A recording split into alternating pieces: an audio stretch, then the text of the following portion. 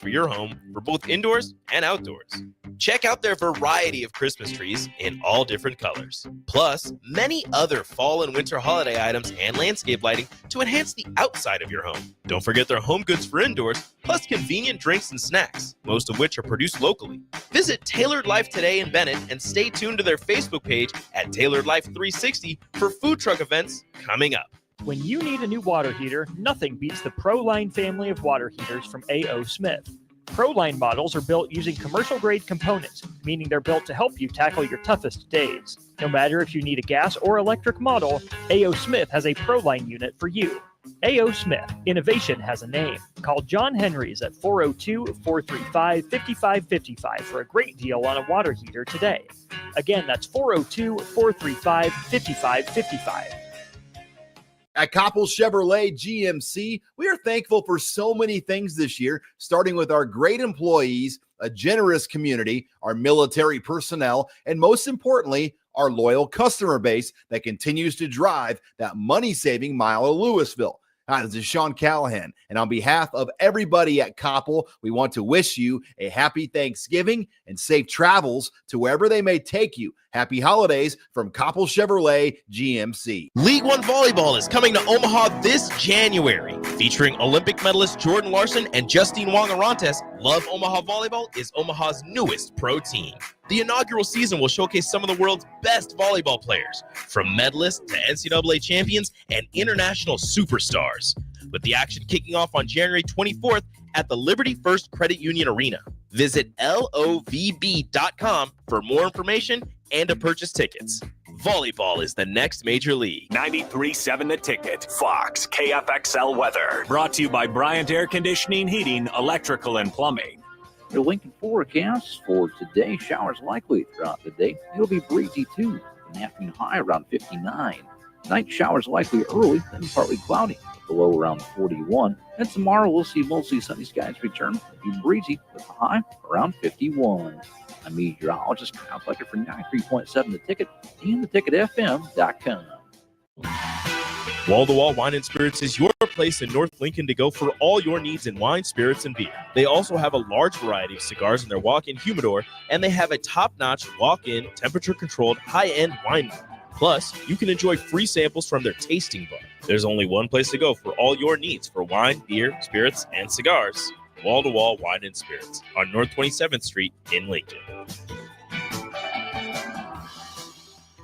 Ryan, with all this red and all these people around, I'm still not seeing the tailgate. Todd Spidell, former body shop owner, terrible driver. We're getting close. Now, did you know with 3 locations in Lincoln and hundreds of years of combined technician experience, we can get Husker fans back on the road even quicker and safer after their tailgate mishaps? Oh, Todd, turn left right here. Left or right? Left, right here. Right? Well, you wait for the tow truck. I'm getting a hot dog. Well, I guess while I'm waiting. All right! Most recommended! Eustace Body Shop! Woohoo! Dude, you should be on American Idol. You really think so? No. Accidents happen, even to Husker fans. If it happens to you, call Eustace Body Shop, where our customers send their friends. The most recommended Eustace Body Shop. That's who we are. Live from the heart of Lincoln, America. Welcome to Ticket Weeknights on 93.7 The Ticket and theticketfm.com. Welcome in. It is the Husker Football Hour leading off Ticket Weeknights on a Monday. I'm Austin Norman. More importantly, he's Tom Shatel, lead sports columnist of the Omaha World Herald, joining us on our VIP line brought to you by Aloe Fiber, where they understand the importance of exceptional service with local heart. If you got questions, thoughts, feel free to keep sending them in. You guys have been active all day, 402-464-5685, or drop a comment on stream. Let's bring him in, Tom Shatel of the Omaha World Herald. Tom, how was your trip out to sunny Southern California on Saturday? Well, it was a good trip. I'm from San Diego area, and I was reminded of the there's a lot of traffic out there. But it was a good day. There wasn't much smog.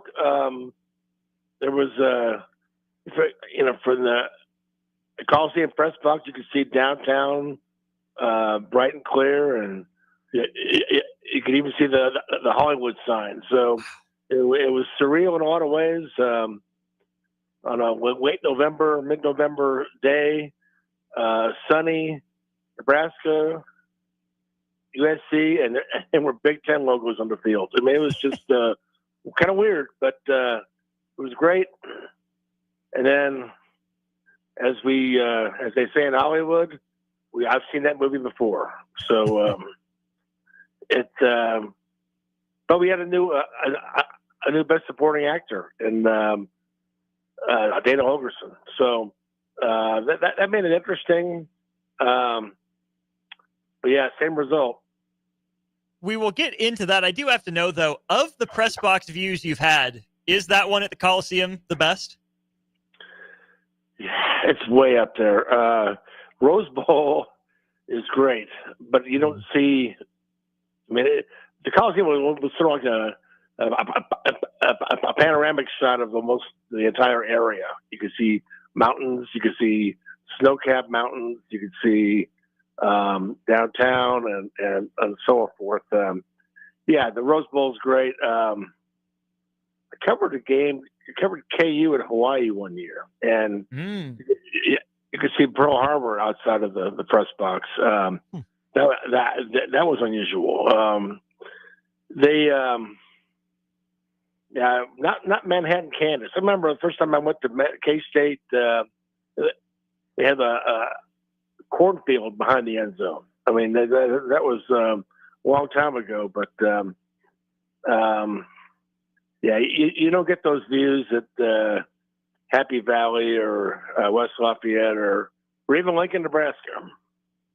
That you don't. Not that, the view out of the press box is shabby, but you get the field, you get campus, and that's about it. The other part you mentioned, Tom, was the Big Ten logos on the field at the Coliseum. Nebraska, over the last 3 weeks, 0-2 against the two California newcomers to the Big Ten Conference. What would you have told your younger self?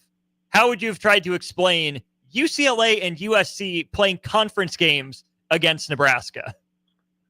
Well, my younger self would have been Nebraska in the Big Eight, going to a New Year's Day bowl every single year. So I would have said that matchup was either in the Rose Bowl, or probably not, because the Rose Bowl was the Big Ten and Pac-10.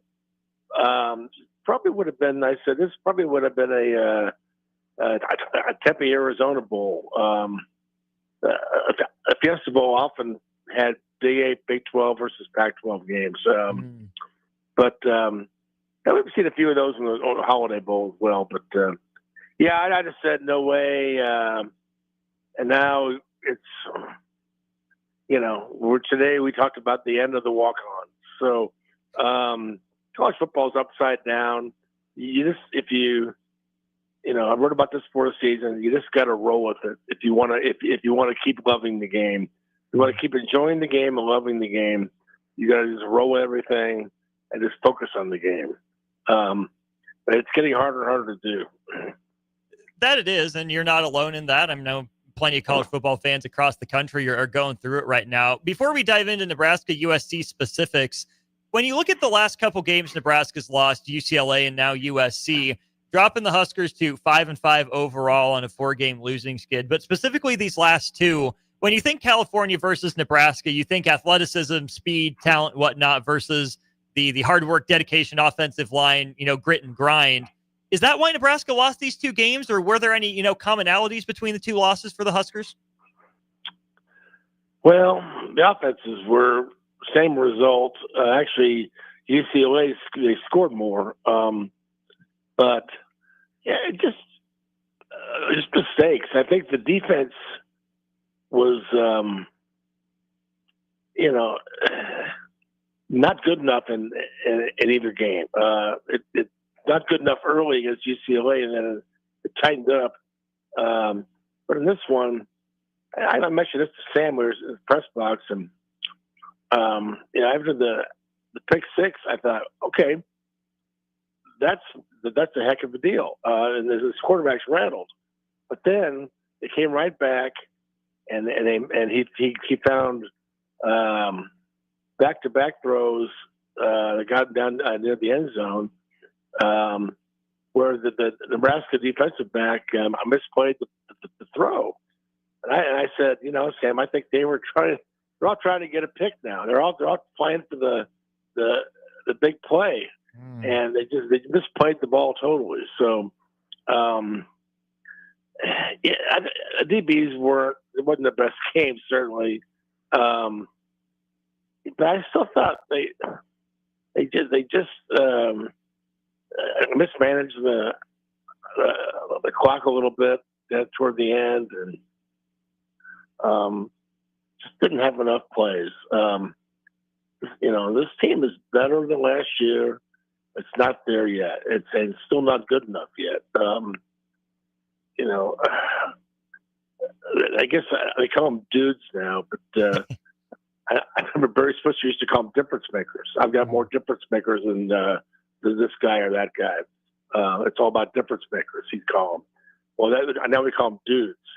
And Nebraska needs more dudes. And that's something that, some of us had a conversation in the post-game press box, Airport Marriott bar, Saturday night, watching KU BYU. And, topic of conversation was, Nebraska probably ought to hit the portal a little harder this year. So that's a conversation, we can have after the season. But, just a lot of things go through your head, why they do this. Eventually, college football, it always comes back to talent. Who has more talent? And, USC made more plays. And certainly UCLA did too. That they did, and it wasn't for a lack of Nebraska being in position, right? That was something Matt Rule harped on about a week ago. I think it was at his Monday press conference coming off the bye week. He said players have to make plays. Nebraska was in position, Tom, right? Hartzog, Hill, just to name a couple, right? Maybe a couple guys on a couple long runs just missed a tackle. Jamal Banks was wide open. Dylan Raiola missed him, right? Dante Dowdell had a long touchdown run. He chose to go left instead of right, and it could have been 6 points for the Huskers. When you have issues like Nebraska's having, it's not just on coaches, it's not just on players, but it was a big step for Matt Rule to say, at some point players have to make plays. And I think that really bore out against USC, like you're saying. Yeah, it's and a lot of that is attitude. I mean, what happened to this team, Colorado game, Ramir Johnson makes a fantastic play that was a 50-50 ball. I mean, the Colorado guy actually had his hand on it for an interception, and Ramir took it away and scored. That's a play of a team that's, okay, we're going to win this game. We're going to take it from you. The Rutgers game, Nebraska had a punt block and a couple other things go wrong on special teams, but they had a great goal line stand. We're going to make a play. We're going to win this game. And Saturday, I think it was Hartzog in the end zone. Twice. Ball bounces, hits him, hits the USC receiver. They're going backwards. Hits Hartzog's helmet, and then the guy makes the catch. Well, that's the Ramir Johnson play going the other way. Whereas when it's a jump ball like that, and the balls could go either way, you got to go get it. Easy for the guy in the press box, to say. But that's why they're on the field. Those guys are there, very athletic, and they're going to make plays. These things happen quick, blink of an eye, and you've got to have reflexes and so on. So yeah, that's just an example of what happened to that team, the Colorado team, the Rutgers team, that they stood their ground in those games. Now they've just kind of forgotten how to do that. It really feels like it. And Tom, I think that's one of the big storylines of this week is that, Nebraska has 2 more games left to find one win, maybe 2. We'll see. I mean, both programs that they'll face have their own drama that we can get to later. But this is a team that used up its margin for error in 6 weeks. You go, into a bye week after Rutgers. come out flat in that 3-game stretch, and then out of your second bye week, you didn't come out flat, but you let an opportunity slip away. I think we're seeing this with the men's basketball team, obviously with football team here too. The talking point is Matt Rule's 0-9 with a chance to clinch bowl eligibility. It goes on his record. It can't all be on him. It's got to be on coaching staff, players, administration. Everyone's going to wear it. But there's just no finish them. There's no final nail in the coffin, no step on the throat, whatever you want to call it. Does that go back to dudes for you? Well, I don't know. I mean, I saw that stat. There's so many stats out there. My head's spinning. I lose track. I don't care anymore. I mean, here's my stat. I've been writing the same column for 10 years. I mean, I did it again Saturday. When do I get to write a different column? They just, I don't know what it is. It's different coaches. Yeah. We're watching the same thing.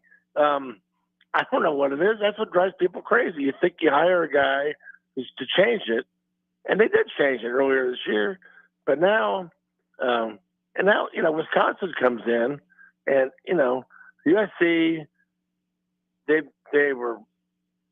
had more speed, they had more talent than Nebraska. UCLA is hot, very hot. They also have good talent. Ohio State, Indiana. I mean, were better than Nebraska. I don't know that Wisconsin's better. I don't know that Wisconsin's talent is better. I don't know where their heads are. I mean, they're not in a good place. But Wisconsin believes they can beat Nebraska. they got 10 years evidence.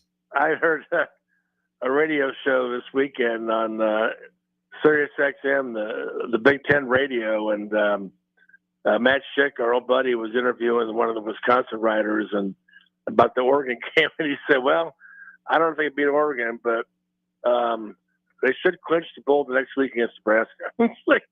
That's what they think. So, and they've been right. So, but Dylan Raiola doesn't know anything about Wisconsin. He doesn't know that. You got other players. Dante Dowdo doesn't know Wisconsin. He doesn't know anything about those losses. Mm-hmm. So, maybe that's part of the portal. Good thing about new guys, they don't, but why does he keep? I don't know why he keeps. I mean, if I knew, I'd stop writing the same column. I'd go down and tell them. But they just, part of it has been talent. But along all that streak have been losses to teams that haven't been necessarily more talented. I mean, Iowa has always been more talented than Nebraska. They've had tight ends, sure. Mm-hmm. They've had offensive linemen, but I just think it's something that is in the program. It's passed along, much like winning was. Winning used to be passed along. Of course, they had the same coach for 25 years, and then, but now you're getting coaches that are hired and are not. They're hired to change the attitude, turn this thing around. This, lack of mojo or lack of belief, and they haven't been able to do it. And now, everybody will say, "Well, what about Bo Pelini?" Well, sure he did. He absolutely did, and. But lately, it's the last 10 years have been okay. You can't get out of this rut. So I think the best solution is talent. Talent is always the best solution in college football. It's always, it solves a lot of puzzles. Why can't we do this? Why can't we do that? Go get Billy Sims. Go get Amir Abdullah. Go get Kenny Bell. Those guys went to bowl games and won a lot of Big Ten games. I mean, talent. Riley didn't have it. Frost didn't have enough, and now Rule's got to go get it. Tom, you mentioned there too. I mean, it's transcended coaching staffs. Head coach Matt Rule's still in place, but he did make the switch. We got our first look at a Dana Holgorsen called offense, if not a Dana Holgorsen offense in full. Still only one offensive touchdown drive for Nebraska, 2 of 3 in the red zone, but they're both field goals. But maybe it's just, being hopeful. Maybe it's just projecting. I thought the offense looked and felt a little bit better despite similar results. Am I off base on that? No, but I wonder, I felt the same way, and others did too. I wonder if that's how we want to feel. Is that what we want to see? The results were certainly the same. Again, they scored 7 fewer points than the game that got the last guy fired. So, but it made sense to me. A lot of things made sense. Well, that's a good play. The touchdown pass to Emmett Johnson. Well, that's pretty cool. I mean, and it was wide open for him. I like this. I like that. I just want to see more.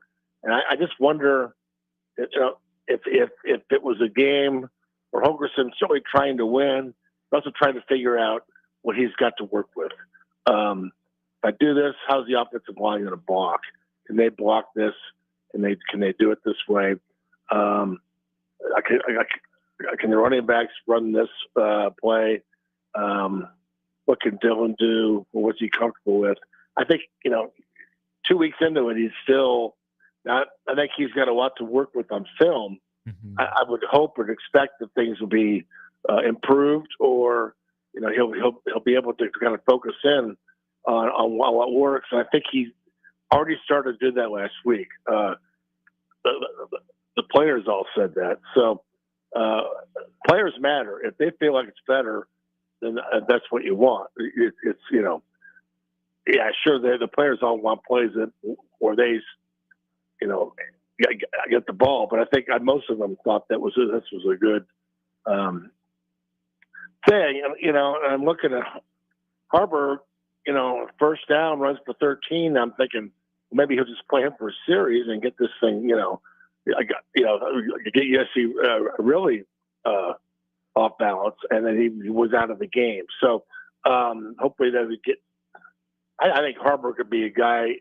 I've said it all year in that offense. Even give him the ball in any spot and let him run and go make a play, go make a first down, and then line him up. And if he doesn't get the ball, the defense is still worried about him. So, but the one thing I really liked is I felt like the offense had some kind of direction or some kind of purpose. Like the passes were going forward, not sideways. Sideways passes against USC ain't gonna work. They got too much speed. Go forward, and they were. A lot of the passes were forward, and we found some guys who hadn't been getting the ball before. So that was good. I really, but the thing I liked was he's on the field. He's on the sidelines, and he's in the huddle. When they're huddling up during timeouts or before they go out there, he's in the middle of it, and I love that. He's not upstairs talking on the phone. He's able to, if he wants to make a point, he can get in their face and make a point, and really explain it. So I do like that. I think that's a good thing. But what a really good thing would be is it could be Wisconsin. You mentioned the players that got the ball maybe more than they had in the recent past, or at least this season for Nebraska. I think that's a great jumping off point. We got to take a break, get you over to Monday Night Football on the radio waves. Tom Shatel of the Omaha World Herald would join me, break down who some of those players were, how Dana Holgorsen used them for Nebraska against USC. Find us on stream, Facebook, YouTube, Twitter, and Allo Channel 961. We'll be there on the other side. If you're in Seward or Milford, listen up. Select Plumbing is now servicing your area with no trip charges from Lincoln. Select Plumbing works on a variety of issues for your home and business, including general plumbing, water heaters, faucet and fixture repair, underground sewer and water repairs, backflow testing, and more. Keep your property free from leaks and other issues. Call today for a free estimate, 402-560-6197. It's not just Lincoln, Waverly, and the surrounding area anymore. It's also Seward and Milford with no trip charges. Contact Select Plumbing to inquire at 402-560-6197. Leaves are falling and the temperatures are cooling down, but don't put your golf clubs away. Double Eagle Golf makes golf leagues and events possible year-round. Leagues are underway, with winter leagues beginning December 1st. Check out their deals on monthly memberships and schedule your holiday, birthday, or bachelor parties, corporate and team outings, or just a good old Saturday with the boys. That's all at Double Eagle Golf inside the Kinetic Sports Complex on West O Street. Book a tee time today or learn more at doubleeagle.golf. At Koppel Chevrolet GMC, we are thankful for so many things this year, starting with our great employees, a generous community, our military personnel, and most importantly, our loyal customer base that continues to drive that money-saving mile of Louisville. Hi, this is Sean Callahan, and on behalf of everybody at Koppel, we want to wish you a happy Thanksgiving and safe travels to wherever they may take you. Happy holidays from Koppel Chevrolet GMC. Hey everybody, this is Chris Beecham from Brand Lincoln Podcast and Perch Merch, your go-to in Lincoln for printing and promotional needs. Speaking of that, we are running a huge hoodie sale now through November 30th to save you big money on great brands. 20% off everything from Nike and Bella Canvas pullovers to Gildan and Port & Company sweatshirts and district fleeces. Get yours for your group or organization today by calling us at 402-217-5212 or go to perch-merch.com. We fix basements. We fix basements. We fix basements. We fix basements. We fix basements. At F Foundation Repair, we've been fixing basements for over 30 years. We're your local foundation repair experts. Our warranties stay here. Our people work here. You can trust us to take care of your home. Go to wefixbasements.com to learn more. League One Volleyball is coming to Omaha this January. Featuring Olympic medalist Jordan Larson and Justine Wong-Arantes, Love Omaha Volleyball is Omaha's newest pro team. The inaugural season will showcase some of the world's best volleyball players, from medalists to NCAA champions and international superstars, with the action kicking off on January 24th at the Liberty First Credit Union Arena. Visit LOVB.com for more information and to purchase tickets. Volleyball is the next major league. One great idea can change your life. ABC Fridays. Shark Tank is all new with guest shark Todd Graves, founder of Raising Cane's. I love that entrepreneurial drive, and I live it every day. Emmy-winning Shark Tank Fridays 8, 7 Central on ABC and stream on Hulu. Automotive Solutions is Lincoln's one-stop shop for all your vehicle needs, from vinyl wraps to engine repair and maintenance. Automotive Solution offers fleet services as well as printing and graphic design for vinyl applications, plus installation of vinyl for boats, trucks, cars, and anything else you want wrapped. Perfection is their standard, and they never settle for less. Call today at 531-249-5600 or go to automotivesolutionslincoln.com to learn more. That's Automotive Solutions, 2040 Southwest 5th Street in Lincoln. Your home is your empire. Protect it with Empire Fence. Get a free instant quote with the online estimating tool at empire-fence.com. See an upfront estimate with no hidden fees. An Empire Fence can provide privacy and improve the appearance of your home. Keep kids and pets in or out of your yard. Increase security and add value to your property. Visit empire-fence.com now to view the stylish and maintenance-free possibilities for your home and get a free instant online quote. Let Empire Fence protect your empire. Landmark Implement, your local John Deere dealer, invites you to attend our upcoming Parts and Service Expo events. It's the best time to buy parts and schedule inspections all year. Take advantage of specials through December 13th with additional savings the day of your local expo. Find savings on oil and filters, gifts for under the tree, and pre-ordered John Deere parts. Visit with our trained and certified technicians and sign up for our winter service specials. Visit landmarkimp.com for a complete schedule and experience the Landmark difference. Back to the Ticket weeknights on 93.7 The Ticket and theticketfm.com.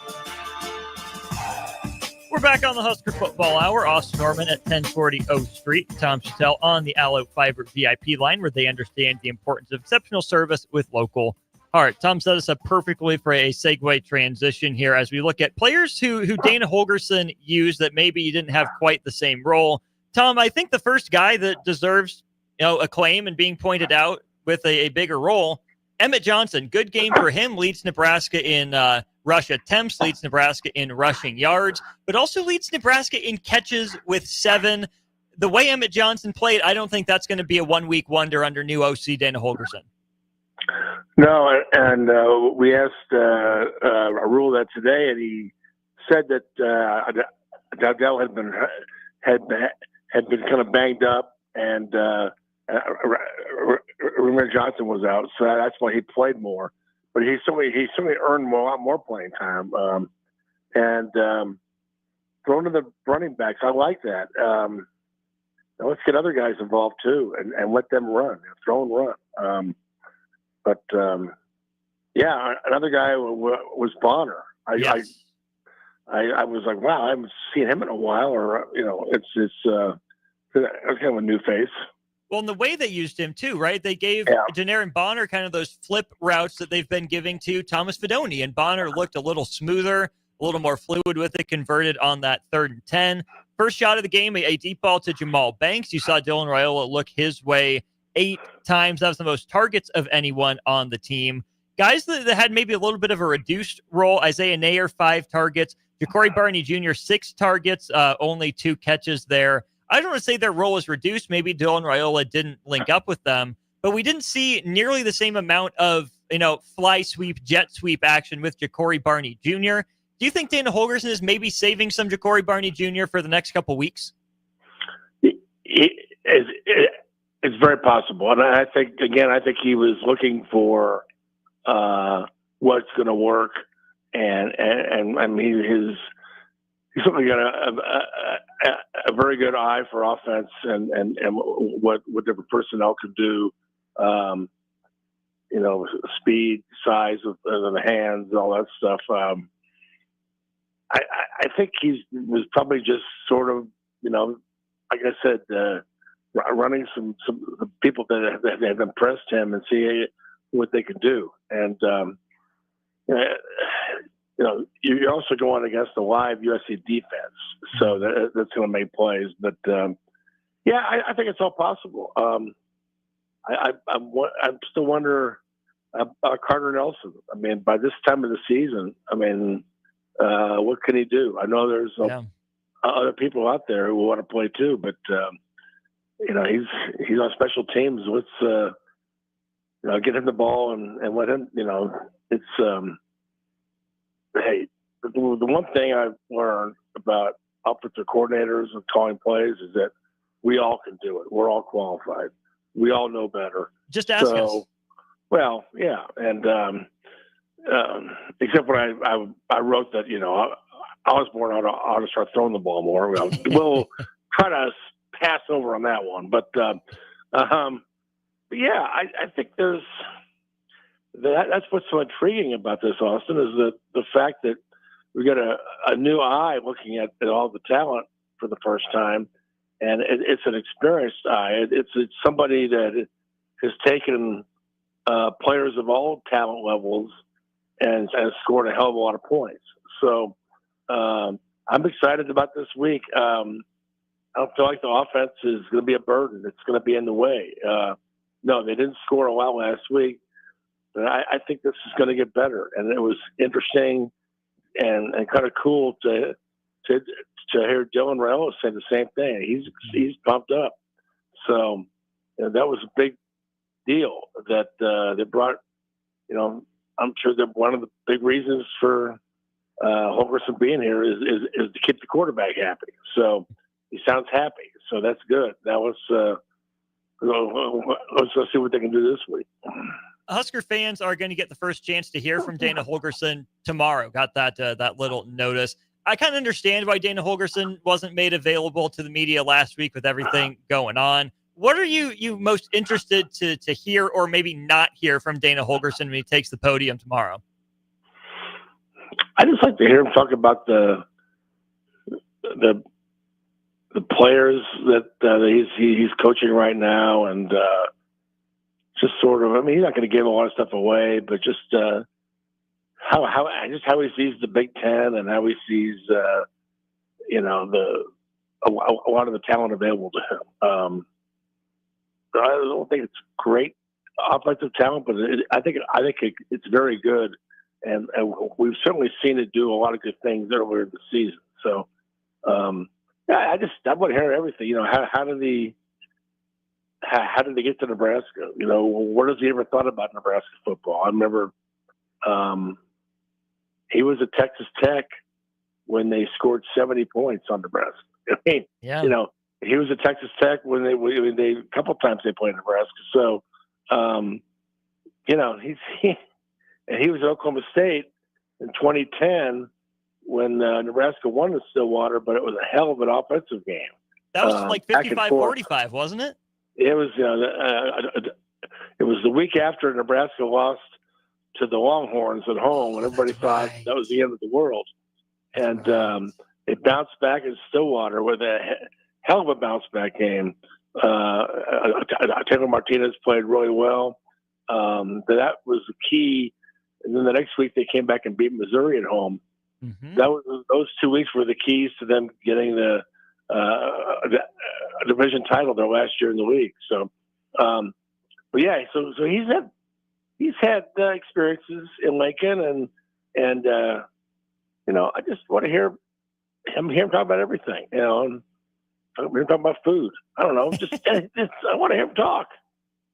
Fair enough. We also hear from Tony White tomorrow. How do you think what Dana Holgorsen wants to do interacts with what Tony White wants to do defensively, right? We talk about the identity. We talk about, you know, the offense and the defense have to work together, and then special teams thrown in there too. Do you think what Dana Holgorsen wants to accomplish is in lockstep, in concert with what Tony White wants to do? Yes, because they all want to win. They're all veterans. They all want to win. Yes. They're not. This isn't a game of egos, and they're trying to do my thing. I'm trying to be a genius. No, they all want to win. That's why Rule brought them in. But sometimes that's easier said than done. And you know, Tony's just not worried about the offense. He's got to get those guys by making plays again. And by God, they did last week. They picked six. They forced a fumble in a key spot. They blocked a field goal. I mean, it should have been a banner day for the defense. They should have been the heroes. Mm-hmm. But they just can't get off the field at the right times. And that's been plaguing these guys for the last few games. Certainly, they play well at Ohio State. But, you know, they just have these games where it's just not right. UCLA, the way they came out of the gate was not good. You know, kind of inexcusable for, you know, what they needed to do that day. So, but then they bounced back a little bit in the second half. I mean, they've just been too up and down, and they need to be the rock because the offense has had a lot of issues.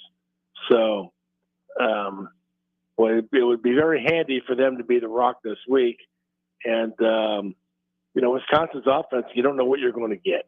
And they aren't saying, you know, I don't know if you saw the quotes today from Luke Fickell.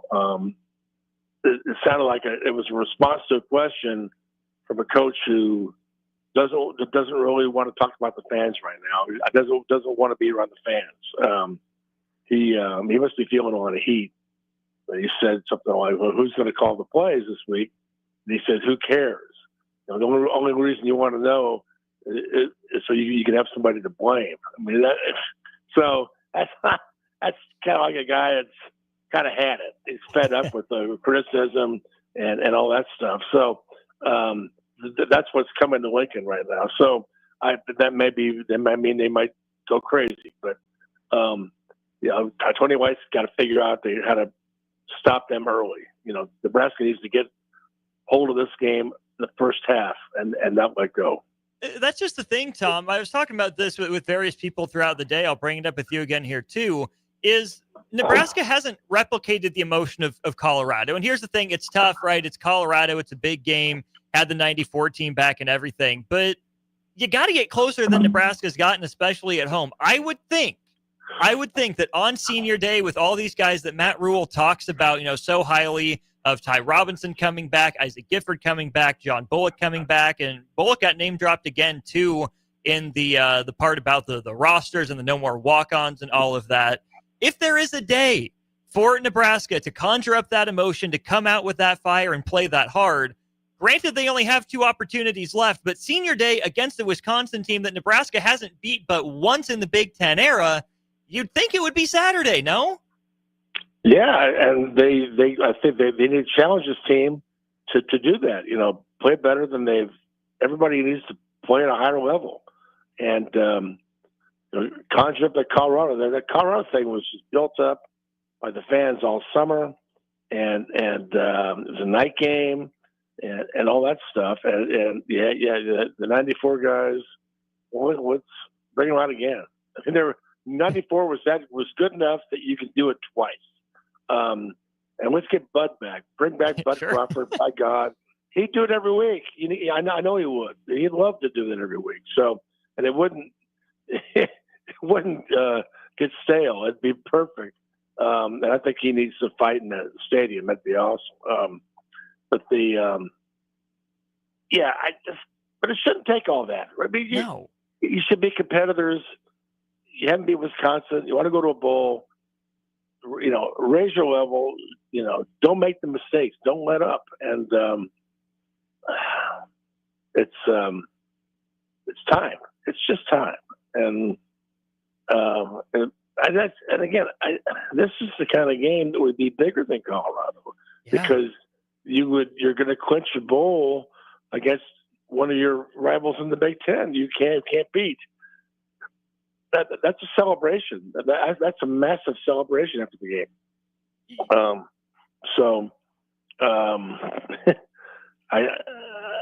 hope like I told people this weekend, we're either going to be covering a celebration next week or we're going to be covering a wake because they can't get it done this time. Oh man, that'll be tough. So I'd like to think it'll be the former.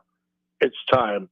Last year, okay, they were at Camp Randall. You go up 14-0 or something with Chubba playing like his brother, and all of a sudden, it goes into overtime, and Wisconsin is going to figure that out. The rest just didn't have enough. The year before, I Mickey Joseph and Lincoln.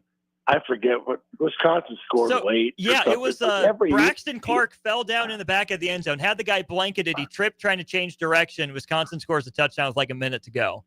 It's like, okay, this is crazy. It's time to do this. So they let the team to do it. I think they helped Colorado. Colorado's season changed here. They made some adjustments on the offensive line, and then they did some things that I think it kind of got their attention. But that was a hell of a win. Well, this is kind of the same deal. So, I'm making bookends.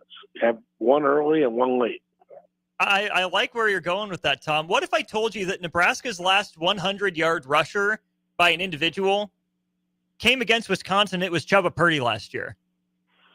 Well, that's not good. That's emphasis. And they got the running backs now they were hurt last year, but they got them this year. They got, they can go out and just pound on this thing and take control of the game early and then just, hold on to it. But I'm really anxious to see what Holgorsen Scott doing this week. I know he's got the one game out of the way. He knows what he's got. They're working on stuff this week. I'm really curious. But the one thing that kind of looked like a pattern last weekend was the short passes to running backs and getting guys in space and letting them go. So, I don't know what that means, but I'm sure Wisconsin's trying to figure it out.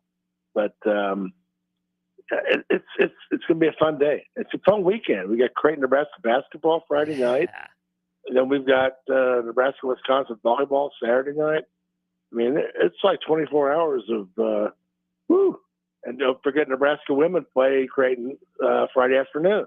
Yeah. So it's going to be a hell of a weekend. 28 hours pretty much of Nebraska content, obviously up in Omaha with Creighton as well. You going to be at CHI Health Center or Sokol for either of those? I'm going to try. I'm going to be there at CHI, definitely. I don't know. I wish the women's game was at CHI also. Yeah, I think that's weird. They're both of those teams are high caliber, and it's the kind of game it should be on the biggest stage possible. I'm sure Jim Flannery wanted to have it in his home, on his home court, because that's where they play well. But I mean, the quality of players on this game is one of the best in the whole series history. So, but we'll let people come early and watch this, incredible display. That's okay. I'm probably going to be there. CHI. I'm not sure about Sokol. If somebody can guarantee me a parking space, because the women start at 4, the men start at 7. It gives you an hour or so or less to come over and park, and that doesn't usually work very well. So unless you have parking, which some of us do and some of us don't. But anyway, but yeah, I think it's a fun deal. We're certainly glad the game is afternoon. I was afraid of an 11 a.m. kickoff after the late night deal. Yeah, no 11 o'clock kicks this year for Nebraska, officially now with Wisconsin being at 2:30. But Tom, that's another thing I think is worthwhile to bring up, is that you mentioned that, Wisconsin has its own kind of drama. Phil Longo, well-respected offensive coordinator, put up some big numbers under Mac Brown in other places, but most recently at North Carolina. Pretty panned move by Wisconsin fans. They didn't get it. They weren't sold on it. And the results certainly haven't been there for Wisconsin. But more than that, Wisconsin has drama. Iowa has drama. USC had its own drama. And yet Nebraska wasn't able to take advantage. What is it about Nebraska as a get-right game or a get-back-on-track game for so many teams in the league recently? Yeah, it has been that way for a while, hasn't it? Certainly for Wisconsin. I don't know. I mean, they don't have enough yet, and they don't believe yet. I thought they believed earlier, but they've just kind of gotten into this rut. The coach has got to get them out of it, and then the players have to just go do it too. It's I don't know, but the Wisconsin thing to me is interesting because it's basically they're going through what Nebraska went through after Frank Solich, and the AD chose a certain direction with the offense and wanted to be this kind of the program, and people were not happy around here. And there was a lot of infighting among the program, on the alumni, former players and coaches, and it sounds that way with Wisconsin right now. Boy, it's something that year 2 he makes this move. Well, Matt Rule did it too, but I think this was Longo was more accomplished than Satterfield. I don't know. I thought that was it's all very interesting. There's a lot of drama, but it's interesting that Barry Alvarez has been very critical out of this thing. He wasn't part of the Luke Fickell hire, so I think that's part of it. So. Yeah, there's a lot of similarities between Wisconsin right now and Nebraska back then. But you know what? You can't count on that being in the way, Saturday. Wisconsin always finds a way to, it's like Lucy and Charlie Brown. That's the best thing I got. No, you're onto something there. The other part, too, is that Matt Rule and Luke Fickell will be tied together, like narratively, in for the rest of their careers, right? Both hired now, both in their second seasons at their respective programs. Fickell coming off the college football playoff appearance not long before at Cincinnati. Matt Rule coming back out of the NFL. 1 year isn't enough of a sample size. Neither program is where, these coaches' pedigrees would lead you to believe they would be. But you'd like to think, just from a general Nebraska sense, it would be nice to, A, get on the board against Wisconsin, but B, feel good about your coaching hire by getting back even in just that little head-to-head matchup of the head coaches. Yeah, I think it's a big for both of them. Wisconsin hasn't clinched the bowl game yet. They're both 5-5. Yeah, I think what I think is interesting is, what's Wisconsin going to do identity-wise? People were really very critical of going to the air raid there, and they believe in the run, and I think Fickle did that because he thought, well, trying to get into the playoff every year, you can't just do one thing. You've got to be able to score points in a lot of ways if you're going to be a playoff team. And so I think you've got probably one part of their fan base, a majority of it wants to go back to be in the running Wisconsin. And the coach thinks you have to do other stuff to get in the playoff. And he might be right. I don't know. But I don't know. I'm not sure what Nebraska's identity is right now. I'm not even worried about it. Right now we're trying to get in that bowl game and figure out the identity later. But will Holgorsen be back next year? What is Wisconsin going to do? Yeah, it's all interesting. But I can imagine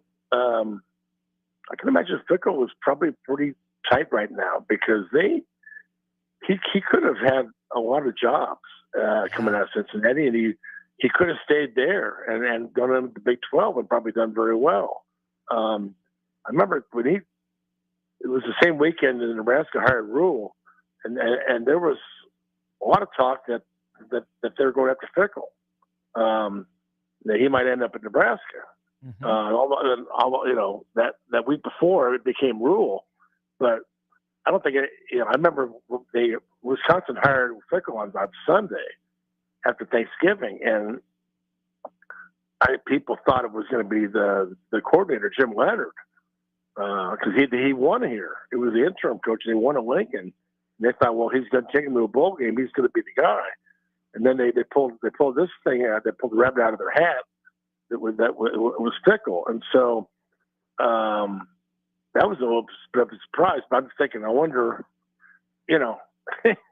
how secure he feels because some people thought he'd be the next guy at Ohio State when he was going at Cincinnati. I mean, he made the playoffs in 1 year, I think. I can't remember. Yeah. So anyway, I'm off and babbling on Monday night again, but I'm thinking about that. But he's a little tight because he probably doesn't have a lot of friends up there right now. That Barry Alvarez is leading the charge to get the running game back. So, but I'm not sure they can do that this week. I don't know if you can change identities on the fly in 1 week. So that be interesting to see what they do. But Tony White's group they just got to come out and just play their best. Whose drum is wound tighter this week, Fickle's or Rule's? Well, I think Rule's got more. I don't think he has more support. He loses 6 straight. I think people still support, but it'll be loud. And certainly people are pointing out the clock management things and those things. So I think there's probably going to be more heat on Fickle, even if they win. I think it's the wrestlers are tired of changing coaches, and Rule has done so many good things. He's done a lot of things right. I think he needs to look at the coaching staff after this season to make sure.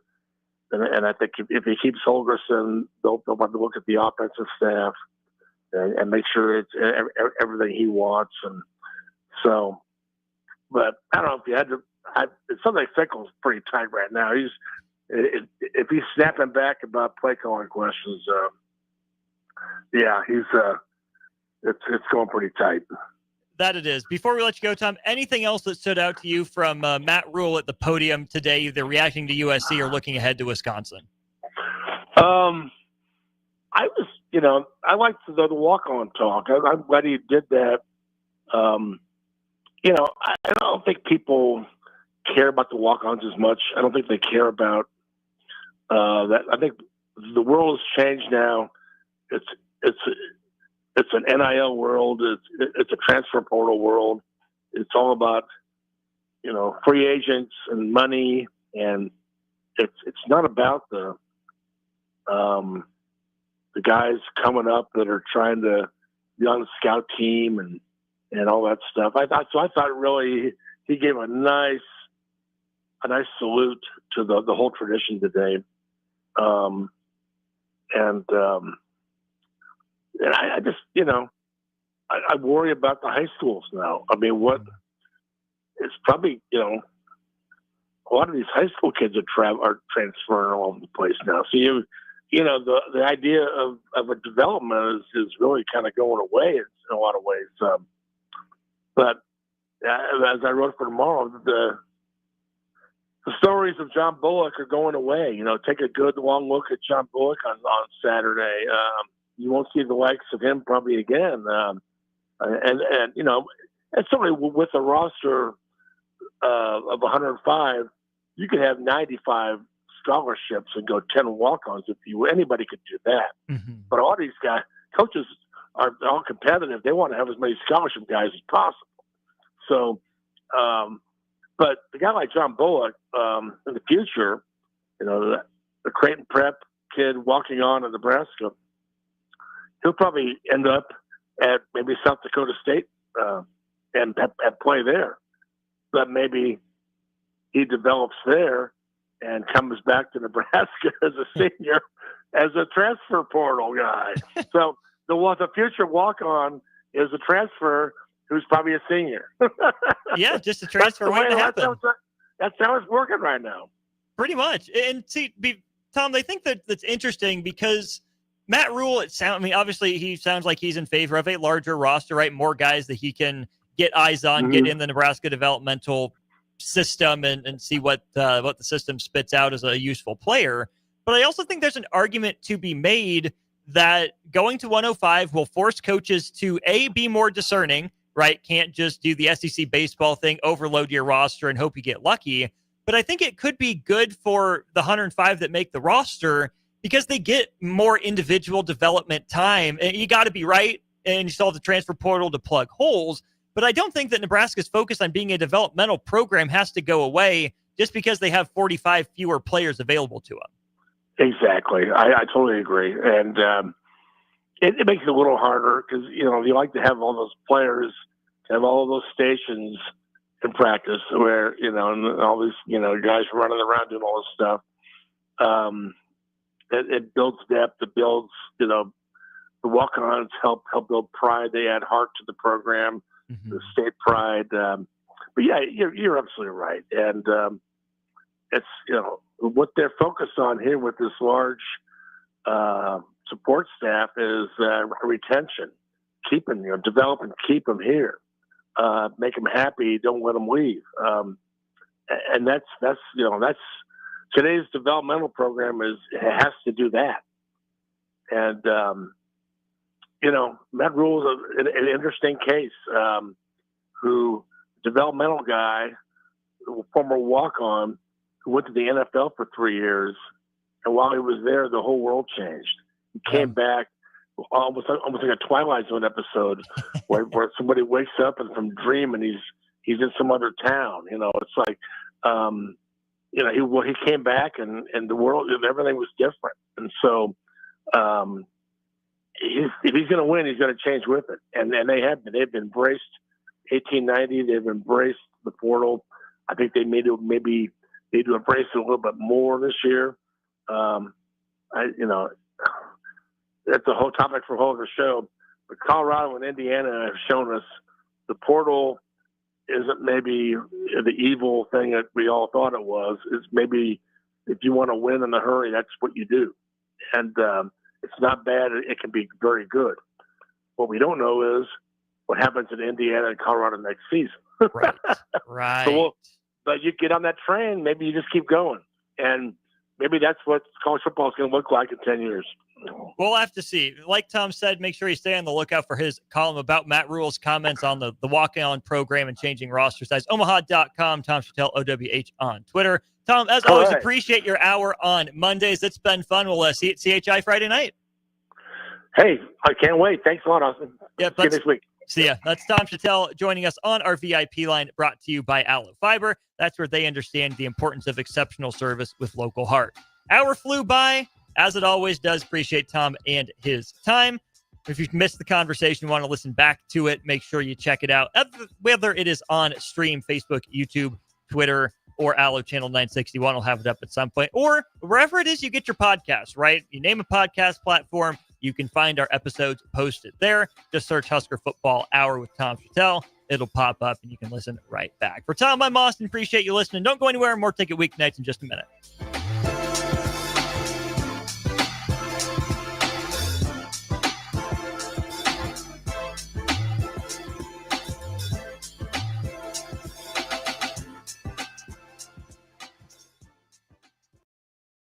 It's the fall sports season, and that means that the school year is back in session and you're planning road trips for Nebraska football games and following your kids around to their different events. Stop telling yourself you'll upgrade your car someday and do it now. Mullen Motors lot is full of great vehicles to take home so you don't have to worry about your current car struggling through another season. Come check out their lot just north of 48th and Lake and find your next ride. As your fall schedule gets busy, you'll need a reliable way to get to your destinations.